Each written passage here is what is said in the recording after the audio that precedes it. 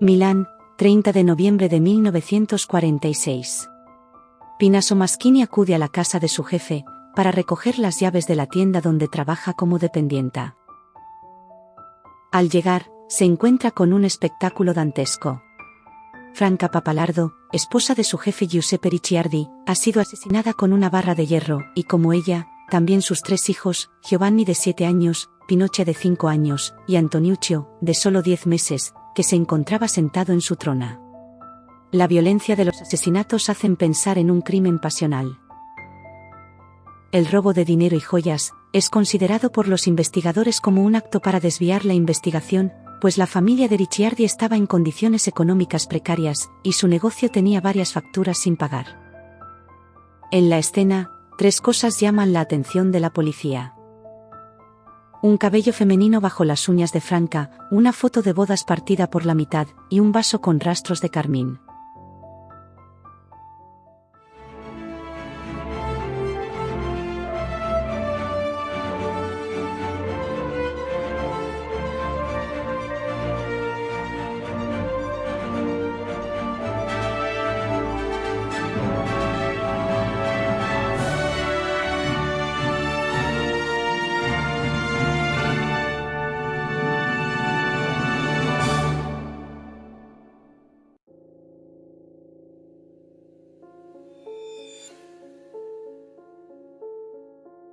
Tras el siniestro hallazgo, Pinaso Maschini informó a la policía.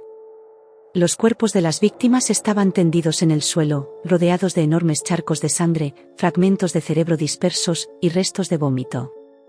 La señora Pappalardo y el hijo mayor se encontraban en la entrada del apartamento, mientras que los 2 hijos menores estaban en la cocina.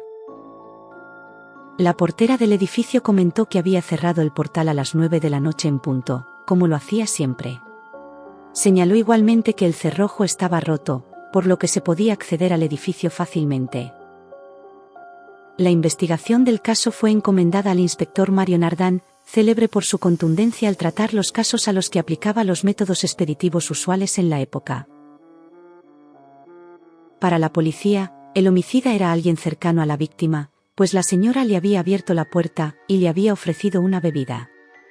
Incluso podrían haber sido 2 personas, ya que se encontraron 3 vasos en la cocina, uno de ellos con huellas de lápiz labial. El día del crimen, Giuseppe Ricciardi se encontraba en Prato por motivos laborales.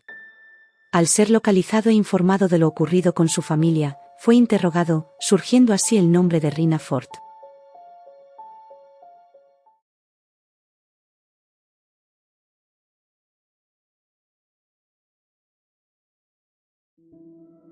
Nacida el 28 de junio de 1915 en Santa Lucia di Budoia, Italia, Rina Fort tuvo una vida complicada, marcada por la desgracia. Su padre murió de manera accidental mientras ambos recolectaban setas en la montaña. El padre tropezó, y aunque ella trató de sostenerlo, no pudo evitar que cayera por un precipicio. Cuando estaba a punto de casarse, su novio murió de tuberculosis. Poco después, descubrió que no podía tener hijos. A los 22 años, contrajo matrimonio con un compatriota suyo, Giuseppe Benedet, quien ya el día de la boda mostró signos de un desequilibrio mental, que progresaría hasta la locura. Fue internado en un hospital psiquiátrico, donde finalmente murió. Tras la separación y recuperar su apellido de soltera, Rina Fort se mudó a la casa de su hermana en Milán. En 1945, conoció a Giuseppe Ricciardi, Pippo, un siciliano dueño de una tienda de telas en la calle Tenca, quien la contrató como vendedora, y más tarde se convirtió en su amante, sin que ella supiera que él estaba casado. Giuseppe tenía una esposa, Franca, y 3 hijos que vivían en Catania. A pesar de esto, la relación entre ambos se mantuvo sin problemas, al punto de que Ricciardi presentaba a Fort entre sus amigos y conocidos como su mujer. Sin embargo, vecinos de Ricciardi, originarios de la misma ciudad siciliana donde residía su familia, llevaron la noticia de la infidelidad a su esposa, quien decidió viajar a Milán con sus hijos en octubre de 1946. Rina Fort fue despedida de la tienda y regresó a la pastelería donde trabajaba antes de conocer a Pippo. Aunque su relación con él continuó, la llegada de Franca Pappalardo y sus hijos a Milán los fue distanciando poco a poco. Además, Franca estaba embarazada de su cuarto hijo, lo que provocó en Rina una gran frustración y celos hacia su rival.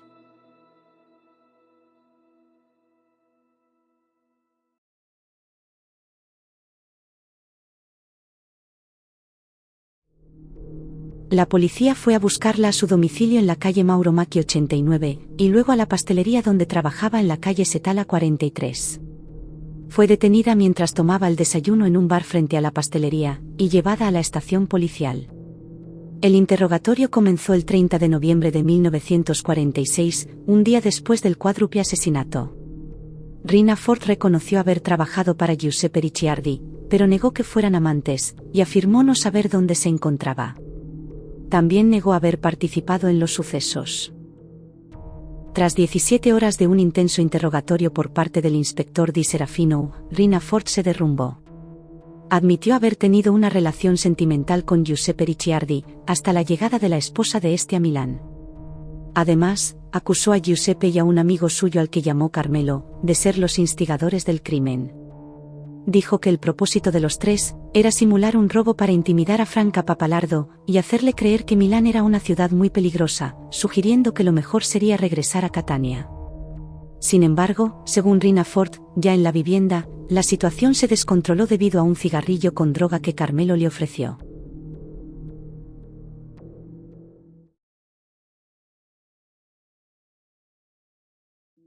El 10 de enero de 1950, la Sala Penal del Tribunal de Milán inició el juicio contra Caterina Ford, bajo la acusación de masacre. Ford, representada por el abogado Antonio Marsico, asistió a todas las audiencias llevando al cuello una llamativa bufanda amarilla, lo que le valió el sobrenombre de la bestia de la bufanda amarillo canario. Durante las sesiones, habló con la prensa, presentándose como ajena a los hechos tan horrendos que se le imputaban. Durante el proceso, no fue capaz de demostrar la participación de Giuseppe y su amigo, por lo que ambos fueron absueltos. Aún así, las observaciones de los investigadores sobre la escena del crimen presentaron numerosas inconsistencias, quedando la duda de si una mujer sin ayuda podría haber cometido un asesinato de tal magnitud con tanta brutalidad. En su primera y única confesión, realizada una semana después, tras agotadores interrogatorios y sometida a tortura en la comisaría central de Milán, la asesina describió minuciosamente y con aparente frialdad los pasos seguidos en el crimen.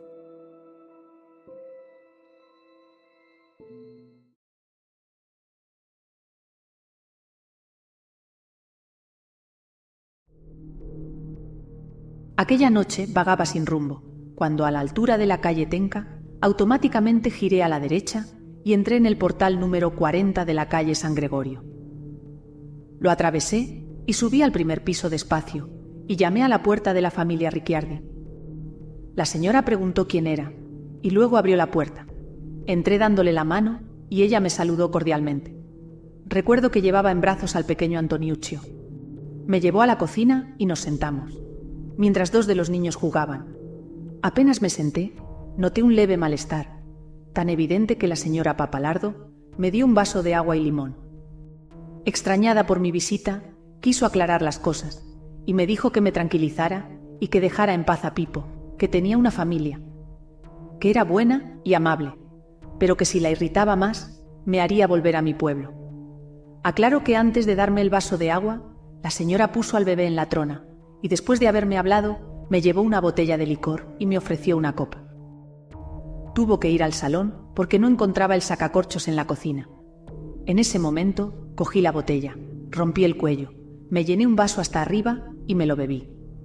Afectada por el alcohol y ciega de celos por lo que me había dicho antes la señora Pappalardo, me levanté y me fui a buscarla. Nos encontramos en el pasillo y al verme se asustó, retrocediendo.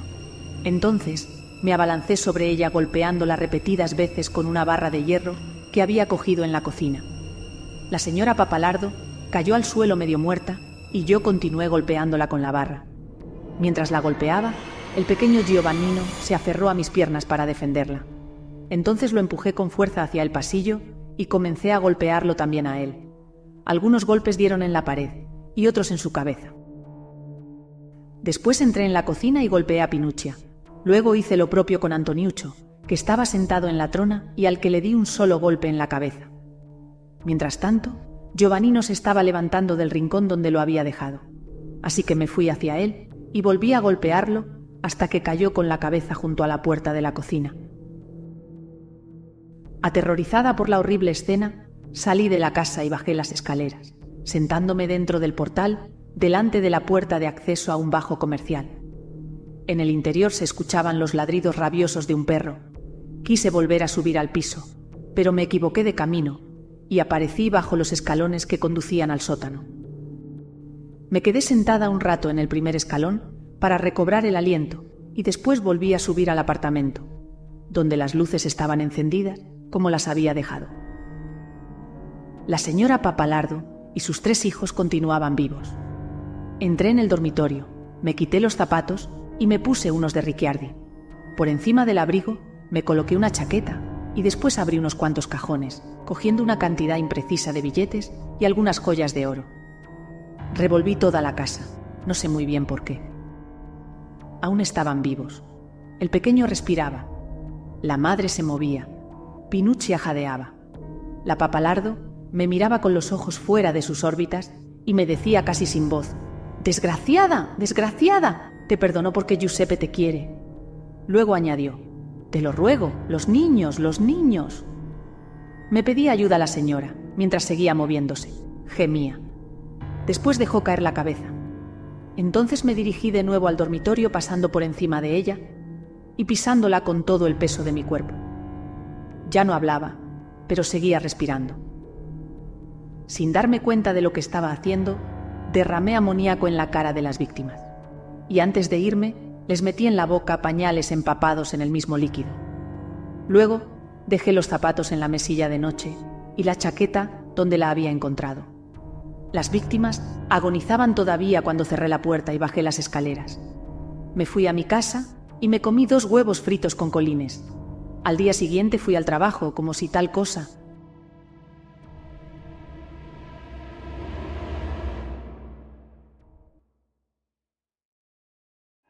Rina Fort fue trasladada de la prisión de San Vittore en Milán a la de Perugia. El 9 de abril de 1952 fue sentenciada a cadena perpetua. Posteriormente sería transferida a la cárcel del Murate en Florencia.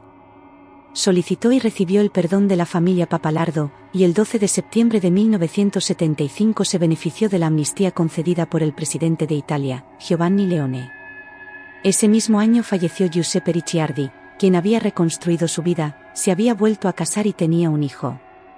A partir de 1975, Rina Fort retomó el apellido de casada, llevando una vida discreta junto a una familia que la acogió tras su liberación, hasta su muerte por un infarto el 2 de marzo de 1988.